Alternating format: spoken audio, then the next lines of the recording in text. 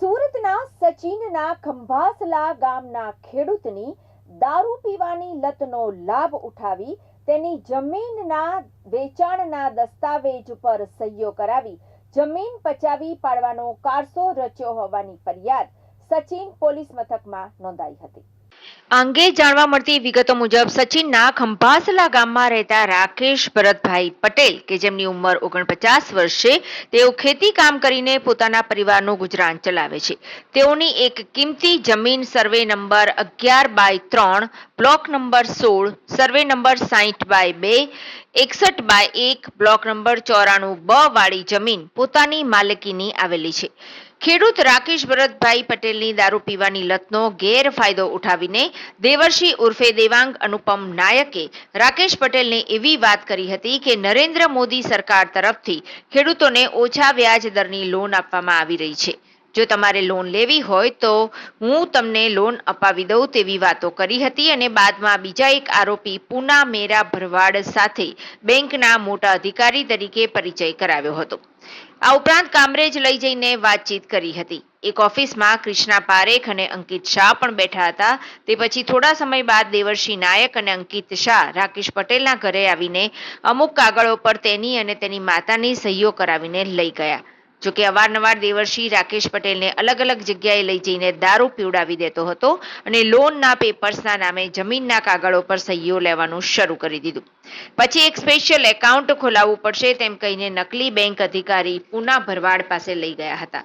પછી લોનની કાર્યવાહીમાં બેંકમાં જાહેરાતના ભાગરૂપે એક વિડીયો મોકલવો પડશે તેમ કહીને નોટોના બંડલ સાથે રાકેશ પટેલનો એક વિડીયો પણ ઉતારી લીધો હતો અને બાદમાં દારૂનો નશો કરાવીને નાનપુરા બહુમાળી મકાન ખાતે લઈ જઈને અમુક કાગળો પર સહીઓ કરાવી લઈને કરોડો રૂપિયાની જમીન પચાવી પાડવા સહીઓ કરાવી લીધી।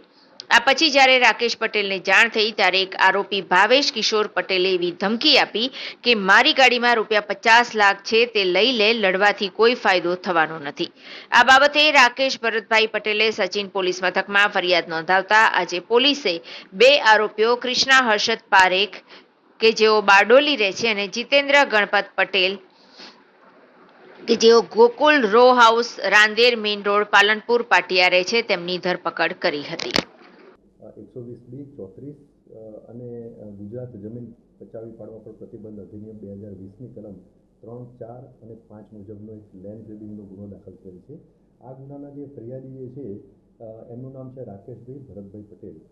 આમની ખંભાસલા ગામે 3 અલગ અલગ જમીનો આવેલી હતી અને આ જમીનોમાં આ ગુનાના જે ટોટલ 7 આરોપીઓ જે છે એમણે એકબીજાના મેળાપીપણામાં ગુનાહિત કાવતરું કરી અને એમની જમીન પચાવી પાડવાનો કાવતો કરેલો હતો, જે અનુસંધાને આ ગુનો દાખલ થયેલ છે। ફરિયાદીએ સૌપ્રથમ કલેક્ટર સાહેબને અરજી કરેલી હતી। આ અરજીની તપાસ દરમિયાન જે પુરાવા એકત્રિત થયેલા હતા એ અનુસંધાને રિપોર્ટ કરવામાં આવેલો હતો અને કલેક્ટર સાહેબની અધ્યક્ષસ્થાને જે કમિટી છે એના દ્વારા આ આરોપીઓ વિરુદ્ધમાં ગુનો દાખલ કરવાનો નિર્ણય કરવામાં આવેલો હતો, જે અનુસંધાને જ આ ગુનો દાખલ થયેલો છે। આ ગુનામાં ટોટલ 7 આરોપીઓનું ઇન્વોલ્વમેન્ટ છે। એક આરોપી નંબર 1 ભાવેશભાઈ કિશોરભાઈ પટેલ, આરોપી નંબર 2 દેવર્ષી ઉર્ફે દેવાંગ અનુપભાઈ નાયક, આરોપી નંબર 3 અંકિત પરેશભાઈ શાહ, આરોપી નંબર 4 કૃષ્ણા હર્ષદભાઈ પારેખ, આરોપી નંબર 5 પૂનાભાઈ મેરાભાઈ ભરવાડ, આરોપી નંબર 6 વૈભવ અજીતકુમાર દેસાઈ, આરોપી નંબર 7 જીતેન્દ્ર ગણપતભાઈ પટેલ। આ 7 આરોપીના વિરુદ્ધમાં લેન્ડ ગ્રેબિંગ એક્ટ અને આઈપીસીની કલમો હેઠળ ગુનો દાખલ થયેલો હતો। આ 7 આરોપીઓની તપાસ દરમિયાન 2 આરોપી તપાસ દરમિયાન મળી આવેલ છે અને 2 આરોપીની પૂછપરછ કરી અને ધરપકડ કરવાની કાર્યવાહી હાલમાં ચાલુ છે। આ બંને જે આરોપીઓ મળી આવેલ છે એ આરોપીઓના નામ છે કૃષ્ણા હર્ષદભાઈ પારેખ અને બીજા આરોપીનું નામ છે જીતેન્દ્ર ગણપતભાઈ પટેલ। આ કૃષ્ણા હર્ષદભાઈ પારેખ છે એ મૂળ બારડોલીના રહેવાસી છે અને જીતેન્દ્ર ગણપતભાઈ પટેલ એ Gokul row house Rander road સુરતના રહેવાસી છે। આના સિવાયના જે 5 આરોપી છે હજુ તપાસ દરમિયાન મળી આવેલા નથી। ગુનાની તપાસ હાલમાં ચાલુ છે।